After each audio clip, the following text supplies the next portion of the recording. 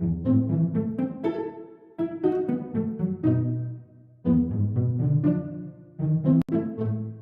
গেছে, অলরেডি ৩টে রোজা চলছে। ঈদ আসতে আর কয়েকদিন। তার জন্য আমি ভাবলাম আগেভাগে আমার একটু বাড়িটা ক্লিন করে রাখি, আর অগোছালো জায়গাগুলো একটু অর্গানাইজড করে রাখি। আমার বাড়ির সবথেকে অগোছালো জায়গা হচ্ছে আমার মানে ওয়ার্ড্রবের যেগুলো রেগুলার পরার জামাকাপড় থাকে সেগুলো। তো আমারটা আমি মোটামুটি গুছিয়ে নিলাম। এখন এই ড্রয়ারটাতে আমি রাখি মেনলি আমার হাজব্যান্ডের ডেলি ওয়্যারের জামাকাপড়, যেগুলো আমার একদমই কিন্তু গোছানো হয় না। আর ডেলি ওয়্যারের জামাকাপড় যেখানে থাকে সেই জায়গাটা কিন্তু একটু বেশি আনঅর্গানাইজড হয়ে থাকে। এটা আমি সুন্দর করে ক্লিন করে নিলাম, দেখতেই পাচ্ছ। আর ধুলোও কিন্তু খুব বেশি পড়ে। আর এখানে পাতার জন্য আমি এরকম ওয়াশেবল টাওয়েলগুলো ইউজ করি, যেগুলো কিন্তু ভীষণভাবে আমাকে ক্লিন করতে হেল্প করে। এটা আমি জাস্ট একটু সার্ফে ডুবিয়ে দিলে ওটা ক্লিন হয়ে যায়। আর জামা কাপড়গুলো দেখো আমি পাটে পাটে ভাঁজ করে রাখছি। একদিকে স্যান্ডো রেখেছি, একদিকে বারমুডা রেখেছি, একদিকে টি শার্ট রেখেছি, একদিকে শার্ট রেখেছি, একদিকে মানে আন্ডারওয়্যার, ইনারওয়্যার এই সমস্ত কিছু রেখেছি। তারপর আমি চলে গেলাম হচ্ছে আমার বাড়ির জানলাটাকে পরিষ্কার করতে, আমার বেডরুমের জানলাটাকে। এটাকে কিন্তু আমার একদমই ক্লিন করা হয় না। তারপর এই গ্রিলগুলো পরিষ্কার করে নিয়েছি। আর গ্রিলে তো মানে ডে বাই ডে প্রচুর পরিমাণে ঝুল জমতেই থাকে।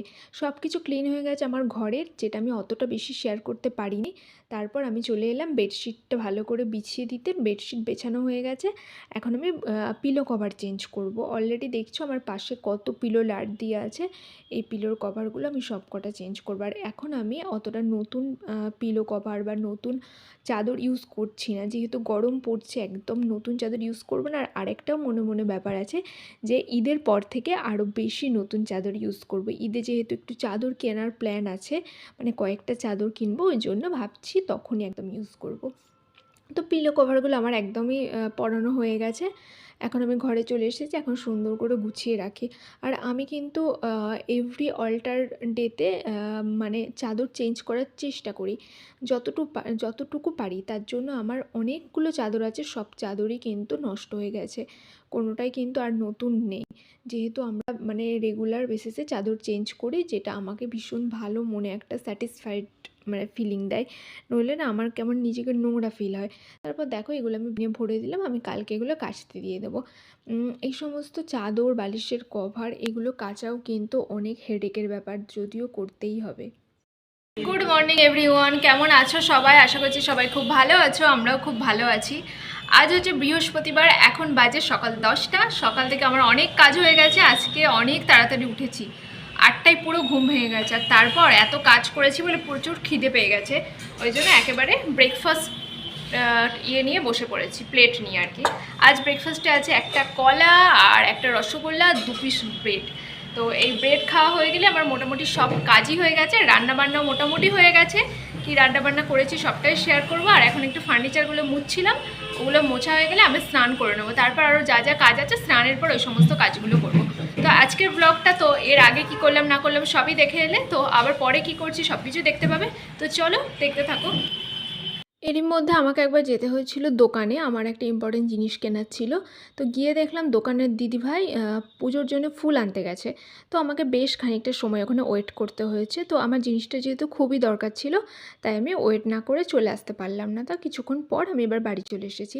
তারপর আমার বাথরুমে যে র্যাকটা আছে সেটা আমার ক্লিন করা হয় না। সবই যখন পরিষ্কার করছি এটাও এবার বাদ যায় কেন, এটাও আমি সুন্দর করে ক্লিন করে নিয়েছি। অ্যাকচুয়ালি ঈদের আগে না এগুলো আমি জাস্ট আর ডিপ ক্লিন করবো না, এগুলো জাস্ট আমি একটা করে কাপড় বুলিয়ে নিলেই হয়ে যাবে। আর এই যে দেখো এই ব্যাগটা না বিয়ের আগে তোমাদের দাদাভাই আমাকে দিয়েছিল। তো আমার ভীষণ পছন্দের, একবার ইউজ করেছি। একবার আমার ফ্রেন্ডদের সাথে একটা পিকনিকে গিয়েছিলাম, তখন নিয়ে গেছিলাম। আর দেখো তখন এই রুমালটা নিয়ে গেছিলাম, রুমালটা আর বার করা হয়নি। আর যে টেবিল ক্লথটা রেগুলার বেসিসে ইউজ করি সেটা এখানে ভরে রাখলাম। আর এখন আমার স্নান টান হয়ে গেছে, কাপড়টা অনেকক্ষণ ধরে রোদে একদম মানে পুড়ছে, তাই ভাবলাম তুলে এনে ভালো করে গুছিয়ে দিই। গরম গরম দেখবে গোছালে না কাপড়ের ভাঁজগুলো খুব ভালো থাকে। ওই জন্য আমার হাতে এখন অনেকটা সময় রয়েছে, সব কাজগুলো টুকটাক কাজগুলো সেরে নিতে পারবো। আর এখন না আমাকে ওই কাজের দিদি ঘরটা মুছে দিচ্ছে বলে এই সমস্ত দিকে আমি একটু তাকাতে পারছি। যখন ঘর মোছা, বাসন ধোয়া, ঘর ঝাড়তে আমাকে একা করতে হচ্ছিলো, এই কাজগুলোর দিকে না আমি তাকাতে পারতাম না। মানে কাপড় আমি গোছাতামই না, কবে যে গোছাতাম, যখন আমার মা আসতো তখন আমাকে গুছিয়ে দিত। কি সারাদিন তোমাদের দাদাভাই ছিল না, তো সন্ধ্যাবেলা এসেছে। তখন বললাম যে ভাত খাবে, ও বলছে না ভাত খাবো না, তো আমরা চা খাচ্ছি এখন। আমরা এখন ব্যালকনিতে বসে চা খাচ্ছি। এই গরমকালটা আমরা ম্যাক্সিমাম ডেটেই কিন্তু ব্যালকনিতে বসে চা খাই, যদিও তোমাদের সাথে শেয়ার করব। তো এখন চাটা আমরা ভালো করে এনজয় করি। ভেবেছিলাম একটু বাইরে যাব, কিন্তু এখন আর যাওয়া হবে না, যেতে ভালোও লাগছে না, অনেকটা দেরি হয়ে গেছে। আবার রান্নাবান্না করব, রান্নাবান্না বলতে ভাত ডাল এইসব কিছু করব, দিনের কিছু তরকারি আছে। তো দেখা যাক কী করে। আজকে বেশ ভালো রকম তো গরম পড়ে গেছে, দিনের তরকারি ভালো থাকবে কিনা সেটাও হচ্ছে ব্যাপার। তোমাদের দাদাভাই বলছিল যে যাও একটু ঘুরে এসো, কিন্তু এখন না আমার আর যেতে মানে আর কি বলবো, সন্ধ্যাটা খুব দেরিতে হওয়ার জন্য 8টার সাথে সাথে বেজে যাচ্ছে। 8টা বেজে গেলে আর কোনো কাজ করা যাচ্ছে না। তাই আমি ভাবলাম যে কালকে যাব, একটু কয়েকটা জিনিস আমার কেনাকাটার আছে, তো ওগুলো কিনে নিয়ে আসবো। চলো।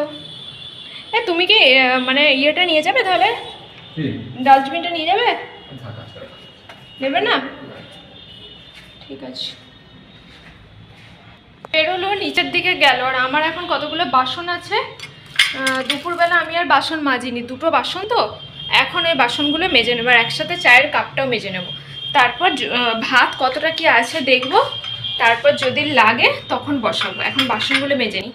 বাসনগুলো মেজে আমি একবারে রান্নাঘরটাও পরিষ্কার করে নেব। রান্নাঘর আমি রোজই পরিষ্কার করি, আজকে দিনে করিনি বলে রাতে করবো। আর রান্নাঘরে দেখবে একটা সুন্দর দেখবে নিমাইলের বা কোনো সার্ফের স্মেল লাগলে না খুব ফ্রেশ লাগে, রান্নাঘরে কাজ করতেও ভালো লাগে।